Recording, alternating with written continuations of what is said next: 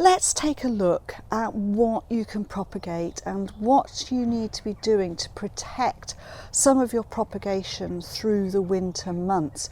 You will always find there is something that you might just be able to do a little bit of propagation on. Hello, I'm Rosie Hardy. This is Rosie Hardy Gardening. If you enjoy our videos, please do subscribe to the channel. Now here at the nursery we are doing quite a bit of propagation, but we have the benefit, it has to be said, that we have a heated greenhouse. Well, it's only heated to plus 5 degrees Celsius, so it's just above freezing point, and that is kept at that temperature right the way through the winter. It gets ventilation and it has circulatory fans in there, which means that the air movement is really good. We also have bottom heat, so when you're putting something like a cutting tray onto a mat with a little bit of bottom heat there, that means you've got that extra help for those cuttings. Now, not everybody has those facilities, but even in a cold greenhouse, even in a cold frame, and on a windowsill in a house, you can still be doing some propagation. So just remember that that is still perfectly possible. So what are we doing at the moment? At the moment we are taking basal cuttings, we're doing a few root cuttings, we're doing quite a lot of pricking out, and then we will be protecting that material by it staying inside. So this is really to show you what we are doing. Now I've just set up, and it's a lot easier for me, I've already filled up some trays like this. What I tend to find is that a lot of people will find that they've got a seed tray and it's got a crack in it like this. Don't throw it away. You know, when you've got cracks in your seed trays like so, they're still usable as carry trays. So quite often when you're doing propagation for yourself, you're not using masses of stuff. So what you could do is you can put a tray like that in there, perfectly usable, 2 pots in that side, and then this is easy. You can carry it and you can place it on your tray. It holds it all there, nothing falls over. So don't be quick to throw these away. Or if you want to, you can have 2 which are cracked. I've got another one that's cracked there, have I? But you could have 2 which are cracked, have the crack end here, turn the other one around and put them together. You have a perfectly usable tray again. So just be aware that that is something to do. So you can do it like that. And I like to think of these as trays that you can reuse. They're not for throwing away yet, and they work really, really well. Now I've already filled these up, but if you want to just see quickly how we're filling up, so I've got a little bit of compost in here. This is just a little one, so we can just literally fill in over the top. What I like to do is mound it so that it is mounded over the top. Give it a tap down. Look how much that compost has fallen down into those cells. Look at that. So then we take what is left over, we put it all over again, tap it down, and again it condenses. You know, it's going down there quite a long way. So now we can just do that and then just gently put your fingers in like so, smooth over the top, and we are ready for inserting our cuttings into that. So that is with that sort of material. I'm just going to tip that back because I haven't got a lot of compost. I've already got plenty of trays there to be able to do this with. So then the same with a pot. So what I would do with the pot is I would put it into the bucket, I would fill it right up. I haven't got enough in there at the moment, so fill again, fill it right up to there, and then tamp it down like so. And look, it has gone down quite nicely. Now when I'm doing cuttings, I like to have a little bit of gap at the top here. I don't like it over the top, because I'm going to be covering this compost with something else. So if you had it already up to the top and then you cover, your covering's just going to go straight off. So again, a little bit of tamping. That's not quite down to the bottom, but what we can do then is to just take another pot pot like so, and just push it down nicely, nice and firmly. There we are. There is basically what I'm trying to do is, you see the ridge on the pot here, I'm trying to get my level of my compost to there, and that is basically what we've got there. So if we were to just clean it, you can see that is exactly where we are. We've got it there. That is then full enough for me to then cover over with the cork that I'm going to cover over my tray. So that is all the how to do that bit, and that takes a lot of time, so there was no point in me doing all of that on camera. So now what are we going to do in the way of cuttings? Let's start with basils. So we have a lot of hardy geraniums which are ready for doing basil cuttings. So something like this one is Geranium phaeum album. I would double check that there aren't any weeds in there to start off with, because you don't want to have weed in there, and you know they get in, they go around, and then once you've sort of got it tidied from that point of view, we have some bark and stuff on the top of there. Pull off any old leaf like so. Don't worry too much, because we are then going to actually cut that foliage off because you don't need it. So to start off with, I would actually just because it's easier to manage your plant material, so I would just cut off the top of the leaf like so, leaving the little leaves that are there. Now what we can see with this plant is we've got a lovely piece there, we've got a lovely piece there, another bit there, and another bit there. Now for the basil cuttings, we're going to just get this out of here. For the basil cuttings, you are going to be taking, I've actually got a rubbish pot here today, so I'm going to be able to send all of the rubbish into that rubbish pot down the side. It's like putting it into a rubbish chute. So we still have a little bit of weed, and with the basil cuttings, you aren't actually splitting the plant. What you are doing is you are taking these pieces and you're just going to take them off the main plant. So I have got a pair of dirty secateurs or snips here, and I would always just clean off a bit of the material around, so you can see what you're working with your plant, and then you can see quite nicely. What I'm going to do is I'm actually going to leave, oh, there's a bit of grass in there. I'm going to leave these two big nodes here, and I'm going to take these side pieces because they are nice and really good. So what you would do is you would go down in there and you would just snip.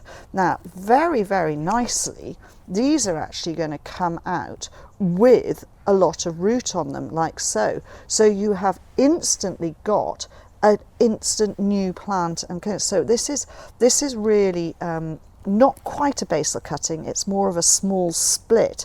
Let's see what we get from this one here.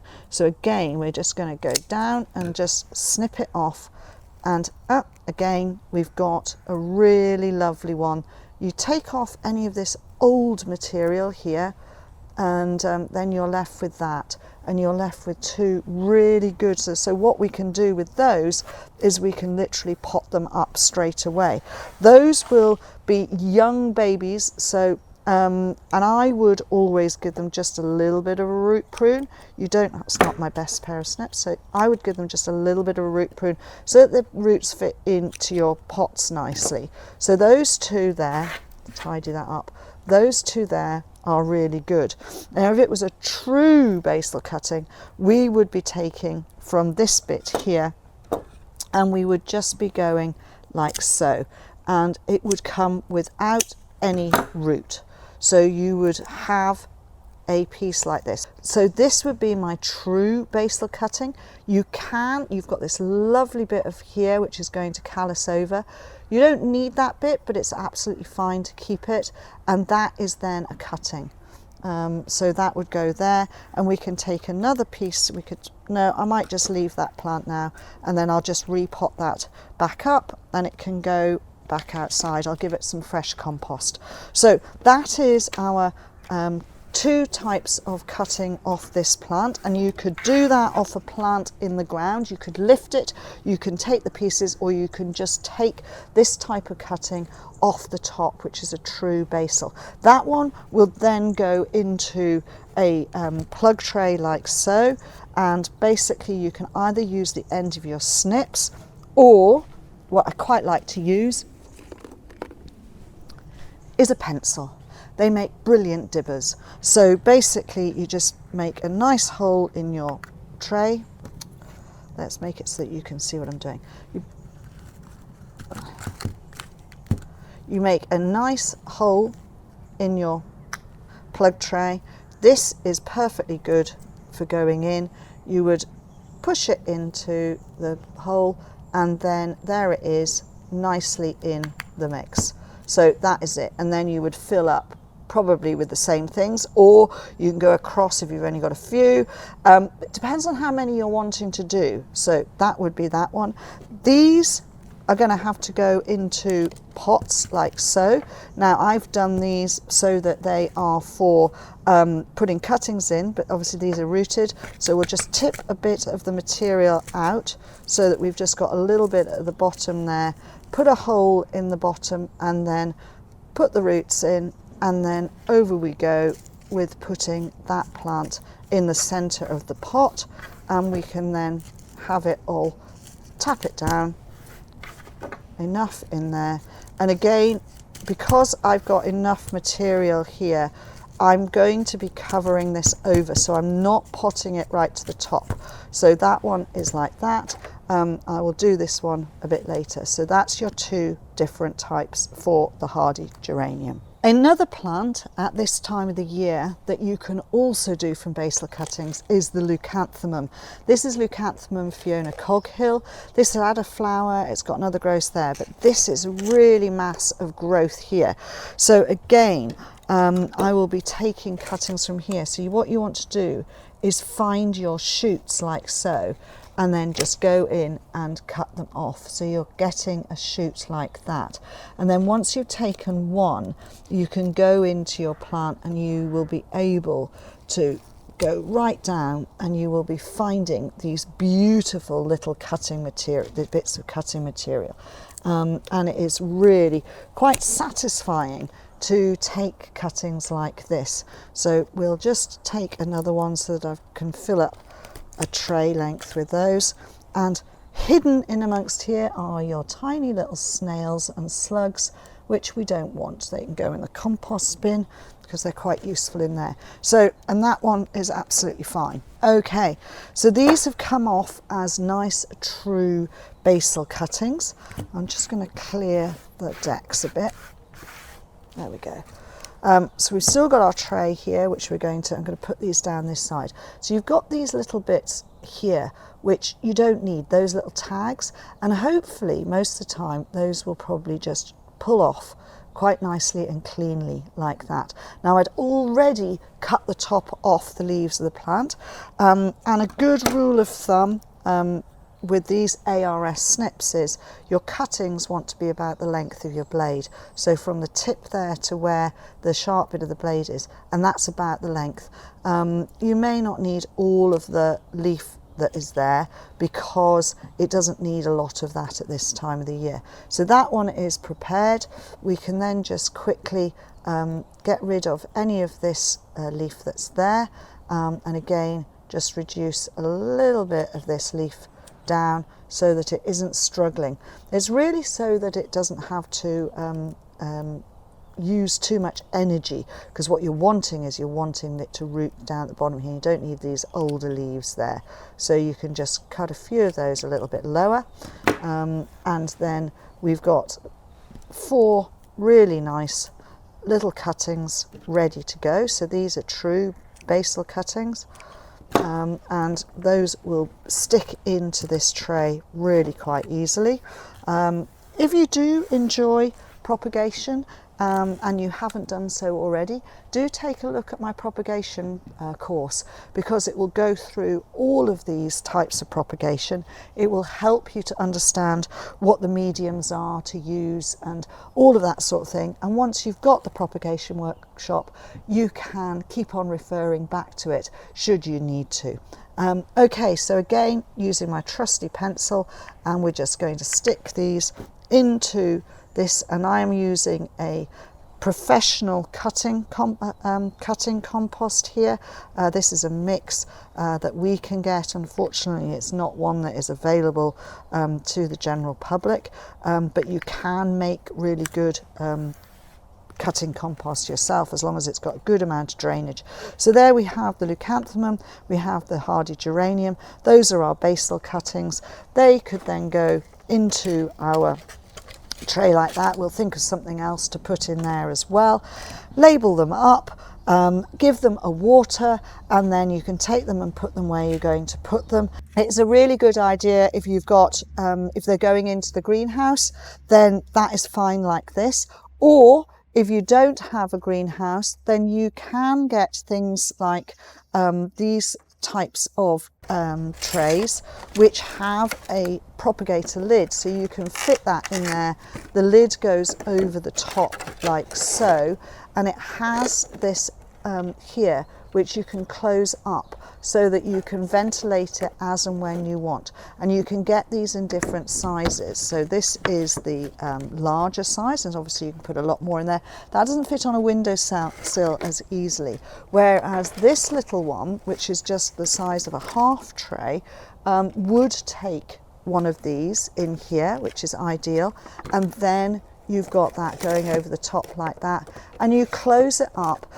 And the beauty of these is that they have no, they are a water sump, so there are no holes in the bottom, so you can pour the water into the bottom there, which means that you're always watering from the base.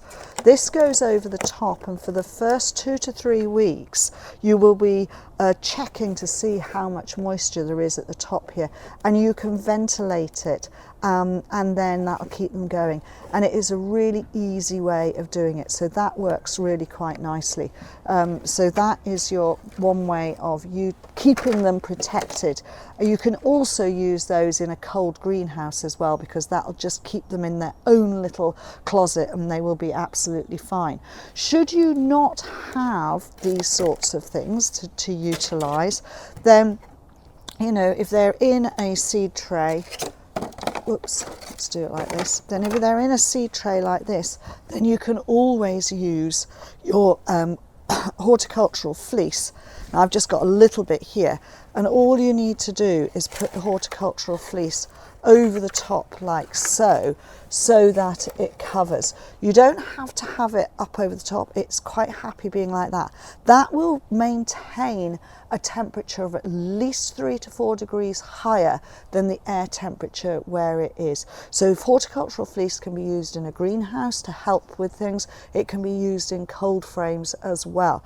You don't have to tuck it underneath. You can just literally lay it over the top of things, so you can just put it over like so, and then should you need to give things a little bit of a ventilation, you can take it off, but in the middle of the winter it goes down. Now there are different forms of horticultural fleece out there, but it is a really good product to utilize, and this is just a little bit, and having bits which are cut up into little pieces makes life a lot easier. So those were our true cuttings like that. Over the past few months we've been doing a lot of collecting seed and sowing seed so that we can sow it fresh, and you end up with lots of wonderful seedlings like this. Now I'm always telling people, please prick out small. So what we're talking about by small is making sure that you've got at least the first true leaves there on the plant. So the seed leaves are these first 2 little leaves here, yeah, and then your true leaf is here showing you the plant. So this is a potentilla, so it's showing you its leaves there, so they can be pricked out like so. So you can go quite small, and just take out my trusty pencil as ever, works very well as a dibber, and you just put the root in like so. Sometimes the root systems are a bit bigger like that, and you just behold and just push them in and down they go. And that is basically what we're looking at. We're looking at getting them small and putting them into the container like that. So we have got those there. I might just do another little run of them just so you can see, and they will work really nicely. They are much easier to transplant when they haven't got quite as much root, which is why I'm saying that you should really be pricking them out when they're slightly smaller, because they're much easier to transfer, and they transfer better when they are done like that. And then I've got another one here which is a different plant material, and again you've got different sizes of plants. So that is the root. You know, it's got nice roots on there, absolutely no problem. Might be a little bit small. You don't need to prick out everything that you produce, otherwise you will end up with far too many plants. So it is always easier, and it may feel really cruel, but it's easier to throw away when they're a seedling and then you haven't wasted too much material than it is to throw away when they're big grown plants. All right, so do be cautious on what you're doing. So those can now be watered and put away. Now that is the easiest way of pricking out, is into something like that. That works really nicely, and they work quite well. Have been asked before, why don't we sow directly into the trays like this?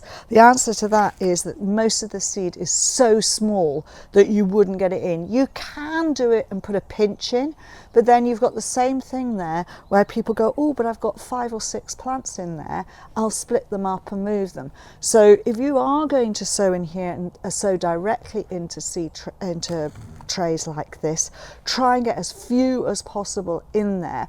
Easier when it's big seed, absolutely. If you've got big seed, then individual seeds into things like this is absolutely fine, but we find it much easier to do it this way. That'll then get watered, put into somewhere, and once they're rooted down to the bottom, they overwinter in this size of container, and they just need to be put somewhere like a cold frame once they've rooted down quite nicely, because they will be quite tough. All right, so that is something to do with those. So that is your seedlings pricked out. Now you may wonder why I've got a bottle top here. So what I use this for is the fact that a lot of people don't have the facility to put something as big as this on a windowsill, but they can put something like a pot like this with either seedlings in it or something else, but they need a cover.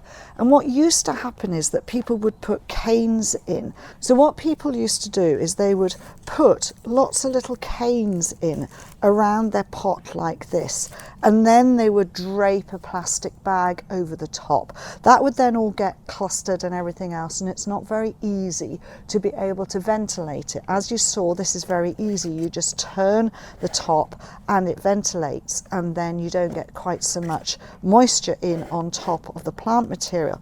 So there's nothing wrong with that old way of doing it, but there is a simpler way. And I know we don't like plastic bottles, but there are times when plastic bottles, if you've got one, don't waste them, because with a round pot like so, a plastic bottle fits over the top and acts like a chimney, and again it's like a little greenhouse. And then with these ones where the plastic lids are still attached, so you don't lose it, hey presto, you have got, it doesn't have to be this type, but you know, you can see what I mean.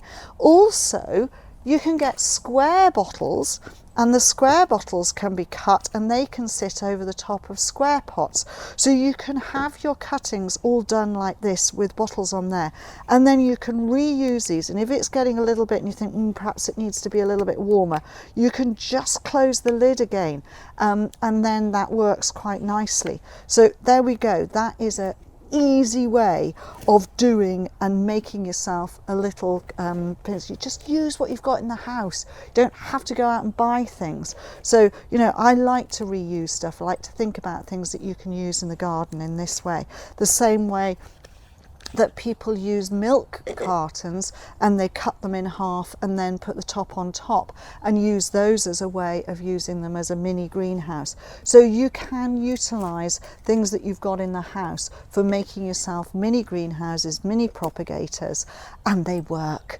just as well as some of these professional things which cost a fortune. All right, so that is just one thing. Another form of cuttings that you can take now are some of the root cuttings, and this is the season where root cuttings start to come into their own. So this is a Thalictrum, and I have already taken a lot of the material off so that I can show you what I'm trying to do. So what we're looking for is you gently go back through here, and you find from the crown, and you find these nice roots. And these are the roots that you're wanting to take. Now there are some lovely roots at the bottom here, and the one thing to understand with Thalictrum is, can you see that the roots here are a slightly yellowy brown colour? So it's the yellowy brown colour that you want. The little fine roots here that are white and are coming off, those are weeds that were growing in the pot, so that is not what you're wanting. You're wanting these roots which are attached to the plant, and you want them to be, again, as I said with the everything, about the length of this. So what we're going to be doing is we're going to be taking these cuttings and we're going to be laying them onto this tray here. So you're just literally going to be cutting off root and laying it onto the surface of the actual container. So this is, you know, the further back and nearer the actual plant that you can go, the better. So you may have to dig gently down and go through. That one's not long enough. There we go. We pull that one, and that one's quite nice and long, and we can move around the plant. Now you're not going to denude this plant of its energy, because these are top roots nearer the growth, top here nearer the growth. Some of them will be slightly thicker, that's absolutely fine, and we're just literally laying them down on there, and then you can probably find some which are lower down. There we go, there's a nice long one there. That's a really good one, and what I'll do with that one is I'll cut it in half, so we have got basically two root cuttings. So as we continue doing this, and you just gently tease them out, and you will find that you can get some slightly longer ones going through. So this one's going to come as a really nice one there, and we're trying to make them about that same length all the way through, and just lay them along here. We're not putting them too close, we're just putting them through there. I'll take one or two more.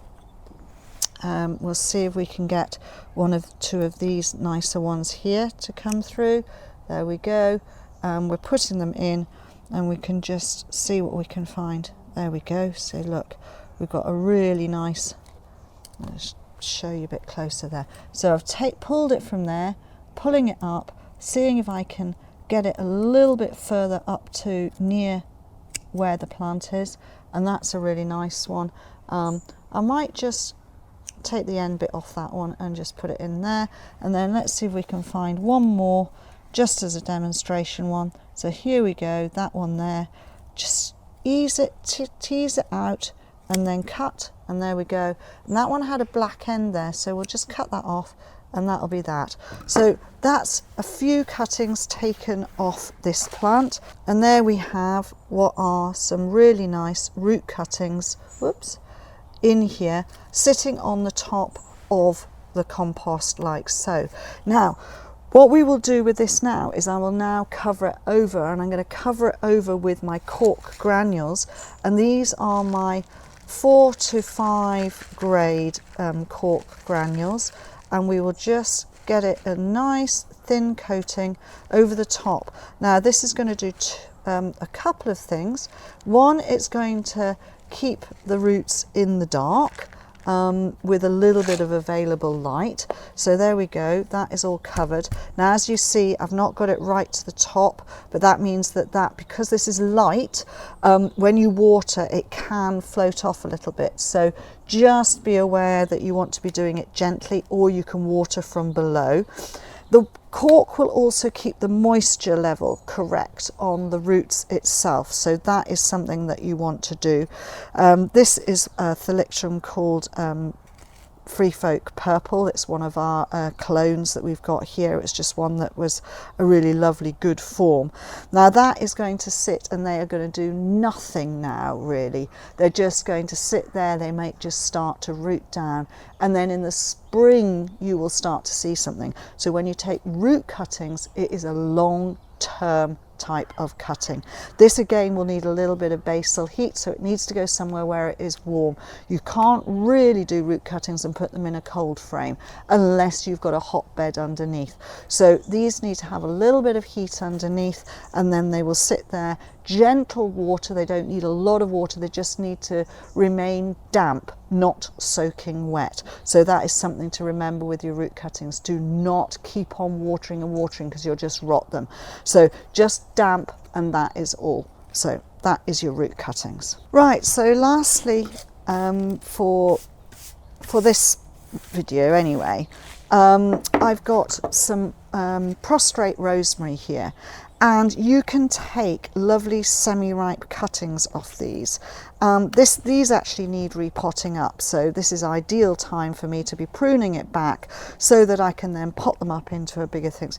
Now they're doing what they should do, which is coming down over like this, but for potting up I need to reduce the height of these a little bit. So what I would do is I would take them back to a nice point, leaving me with some lovely material to be able to take some cuttings from. And this is, I'm using this as a pruning technique. That now makes a nice plant which I can pot up. I've now got all of this material to be able to do. Look, and they have beautiful flower. It's a really super thing. So these I would personally stick into pots, and it's up to you whether you use a square pot or a round pot. That is not a problem, but I have to say square pots probably fit into your trays much more easily than others. Again, this is another one of my split trays, but I have actually put two together here so that they don't. So I was trying to do this demonstration earlier. Split tray, put them so the split is that way, split is that way. You have a tray that is usable. Don't throw them away when they're split. They've still got life in them. And these can go in like that. It's better if you have, say, two round ones together and two square ones together. They fit in perfectly well. So that is just how I would use the trays, because it means that you've got a way of holding them, you've got a way of moving them around without them falling over all over the place. So we have the pots which I filled up earlier, a little bit lower than normal. And then we have the material. Now all of these little pieces here, and these are not going to be tip cuttings, these are going to be semi-ripe. So you can just literally pull them off like so, and you will get a cutting with what is known as a heel if you do it that way. You don't need this bit of bottom leaf, and usually you can just literally pull it off by hand. And what I mean by a heel is this bit of the end of the cutting there. So you can see that's it. So that is really useful. You don't tip it out. They're a little bit longer than I would do my normal cuttings. So they are the full length of blade. My normal cuttings would be half that size. And the reason they are semi-ripe is that this is brand new green material, and this is semi-woody, this material here. So at this time of the year you have got those sorts, so you can prepare a whole mass of these cuttings, and you'll see they're all semi-ripe with a heel, because you have torn them very nicely and very quickly off the material that you are using. And we'll see how many I've got here. We can stick these into, let's do another, oh, I've got one there. as I say, this is all you need to do. They are very nice and easy and quick cuttings to do, are the heel cuttings. So there we go, those are all ready, and then all we need to do is stick them in down the side of here. Again, we'll use my trusty pencil to put them in evenly around the edge of the pot. Always go around the edge of the pot, and then just do them evenly right the way through, and we should have enough space. And then the last two are going to go in here. And I will always say to you, when you are sticking cuttings and you go around, should you have one left, do not put it in the center of the pot like that, because that is going to be of no use whatsoever. Put it, if you can, I've got a little bit of space there, so let's see if I can do one more. I'm sure I can quickly. Just do one more, and that one can go in there. So that is all there. They're all nicely pushed down, and that will then be watered and it will be absolutely fine. So they're all good to go in there. If you wanted to do it, it's exactly the same all the way around. Sometimes there are pieces at the tip here which are longer, which are not heel cuttings, but they still can be semi-ripe, and you would take the cutting at the base of a pair of leaves or wherever there is a leaf joint. So you would go to there, and then again it's a matter of pulling off those. That is a nice cutting there. Not much left on that bit of material. This bit has a few pieces, so again, pair of leaves there, cut off there, pull off the excess that you don't need. That's a nice cutting there. This one will be exactly the same. So again, check where there is a pair of leaves, take it off, pull off excess, and that is a nice semi-ripe cutting. So we can just put a few, there's nothing much left on there. So that is all material that we don't want anymore. There aren't as many cuttings done in this way, but again, you can just stick them down the side of the pot. You don't have to put a hole in. If they're strong enough, they can go down in there by themselves. Just make sure that they're well and truly down in the pot. Oh, don't want to stand up, do you? There we go. Those are there. And then everything that I've done so far, I have left open, and I haven't covered any of these pots up. But what I would like to say to you is that once you have got stuff done, and if you have got your cork, so we have covered the root cuttings with the 4 to 5 mil cork. That was great. I would use the 1 to 2 mil cork to just go over the top of my seedlings, and we can just make it neat and tidy. The seedlings will come through, and again, because we had just not filled these completely, and you don't worry, you can tidy it up afterwards. Because we hadn't filled these up completely, there is room for that cork to just sit there. Any excess will come off, but that will keep them tidy, that will keep them clean, because the cork is really good at being antibacterial, etc. When you've got cuttings which are this size, you can either use the 1 to 2 mil in there, or you can use the 4 to 5 mil in there. It's just literally to keep it so that your compost is going to stay cleaner. You're not going to get any of the fungus gnat on there. It will help with moisture just on the top of the surface of where the cuttings are, so that it's not going to dry out. It means that you are not going to see the compost looking dry, and you are going to then water and water and water and actually drown your poor cuttings. So that is something to say. So if you can get some of that, these sort of cuttings like this, again, as you can see in the cells, it's much easier with the cells.